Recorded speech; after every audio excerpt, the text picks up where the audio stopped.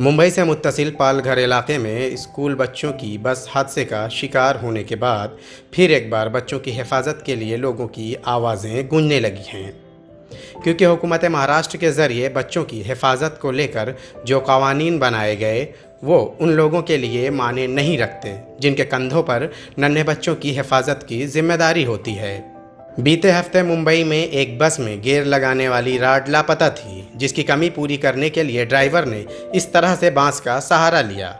लेकिन ये सहारा इन नन्हे बच्चों की ज़िंदगी के लिए कितना ख़तरनाक साबित हो सकता है, इस बारे में स्कूल इंतज़ामिया ने शायद कभी नहीं सोचा होगा। इसका पता तब चला जब स्कूल बस के ड्राइवर ने यहाँ खड़ी हुई एक मर्सिडीज़ कार को टक्कर मार दी।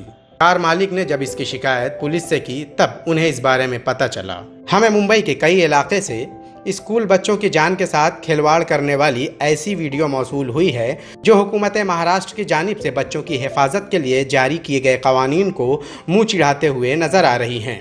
इस वैन में नन्हे बच्चों को किस तरह से ठोस दिया गया है, ये देखने के बाद अंदाज़ा लगाया जा सकता है कि ये कभी भी हादसे का शिकार हो सकती है और तालीम हासिल करने वाले ये नन्हे बच्चे कभी भी मौत के मुंह में जा सकते हैं। इस बारे में जब इन ड्राइवरों से पूछा गया तो इनका क्या जवाब है, ये सुनने लायक है। कितने बच्चे? हाँ, 14 बच्चे। ऐसे आपको परमिशन है क्या 14 बच्चे लाने का? 2 रुपये 300 रुपये इसमें 3 बच्चे को। अरे लेकिन बच्चे लोग की जान का क्या? 4-8 है, आगे 3 बच्चे फ्री में लाता है। अरे फ्री में जान दो तो फ्री में जान लोगे किसकी? जान थोड़ी लेगा। ऐसा लिख के दिया कि किसी ने, सरकार ने फ्री में लाओ जान लो बच्चों की। 16 बच्चा लग गया तो इतना बड़ा गाड़ी में 14 बच्चा लाने लगा। भाई तुम कितने बच्चे लाए? रिक्शा में कितने बच्चे लाए? मैंने 6-7 बच्चे। कितने? 6-7 बच्चे लाए। ठीक है, कितने बच्चे लेके आए आप अभी? 16-17 बच्चे। इतना ला सकते क्या आप? जगह है उतना? अच्छा, सीएनजी है ना? अगर कुछ हो गया तो बचने के लिए क्या रास्ता? फायर है क्या? किधर है बॉक्स में? फायर है रखे अंदर? किधर? अच्छा, ये बच्चा इसके ऊपर बैठा रहेगा, आग लग गया तो फायर कैसा निकालेगा?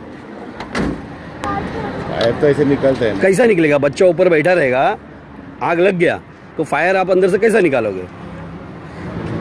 सीधा लगाने के लिए तो ऐसे रास्ता है। तो अंदर लगाने का ना, लगाने का, बच्चे लोग को ट्रेनिंग भी देने का, कुछ होएगा तो ऐसा करो। कितने बच्चे? ये आपकी वैन के अंदर कितने बच्चे आए? 23। अरे वाह, हंस रहे हो आप? सुना आपने इनका जवाब। न कोई फिक्र, न कोई जवाबदेही, न कोई जिम्मेदारी, न स्कूल इंतज़ामिया, न वालिदैन। बस सिर्फ इनके भरोसे रोज़ाना ये गाड़ियां घरों से निकलकर स्कूल पहुंचती हैं। लेकिन क्या ये रोज़ाना इसी तरह से सही सलामत घर से निकलकर अपनी मंजिल तक पहुंच जाएंगी, ये सोचने वाली बात है। देखिए, 4 साल पहले जो हादसा दादर में हुआ था उसके बाद सरकार ने कई नियम को लाए थे, लेकिन उन नियमों का पूरी तरह से पालन होता नहीं है। उसमें नियम ये था कि भाई बस में जो है स्पीड जैमर होनी चाहिए, हर स्कूल बस में स्कूल अटेंडेंट, लेडी अटेंडेंट होनी चाहिए, और ड्राइवर कंडक्टर की जो है पुलिस वेरिफिकेशन सर्टिफिकेट्स होनी चाहिए। ये सारी चीज़ों को लेकर एक नियम बने थे, एक गाइडलाइंस बनी थी, और इसकी जिम्मेदार स्कूल है। और स्कूल के जो प्रिंसिपल है, कोई भी जो है इन नियमों का पालन नहीं करता है। हुकूमत महाराष्ट्र ने जो कवानीन बनाए थे उसका मकसद था कि इस लापरवाही और गैर जिम्मेदारी पर रोक लगेगी, लेकिन हुकूमत की ये सख्ती महज कुछ दिनों के लिए थी।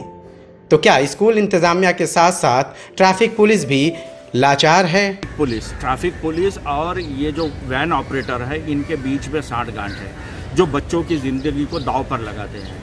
दूसरी बात ऐसी है कि यहाँ पर जो है ना, ज़्यादातर ये देखने में आया जहाँ स्लम का एरिया होता है वहाँ से बच्चों को लेके जाने में इस तरह के इलीगल वैन ऑपरेटर्स जो है ना ऑपरेट कर रहे हैं। स्कूल की दीवारों पर अपनी किस्मत लिखने वाले नन्हे बच्चों के मुस्तकबिल को लेकर हुकूमत संजीदा है, लेकिन सवाल ये उठता है कि हुकूमत के जरिए बनाए गए इस कानून पर सख्ती से अमल क्यों नहीं किया जाता। इन बच्चों की हिफाजत को मद्देनजर रखते हुए मरकजी हुकूमत ने कुछ साल पहले ही इनके लिए एक कानून लागू किया था, लेकिन स्कूल के बच्चों को जो स्कूल ले जाते हैं वो इस कानून को बालाए ताक रख देते हैं। यकीनन हुकूमत की तरफ से बनाए गए इस कानून पर अगर अमल नहीं किया गया तो वो दिन दूर नहीं जब तालीम हासिल करने के लिए रोज़ाना सफ़र करने वाले इन बच्चों का ये सफ़र उनकी ज़िंदगी का आखिरी सफ़र हो सकता है। मुंबई से ईटीवी भारत के लिए शाहिद अंसारी की रिपोर्ट।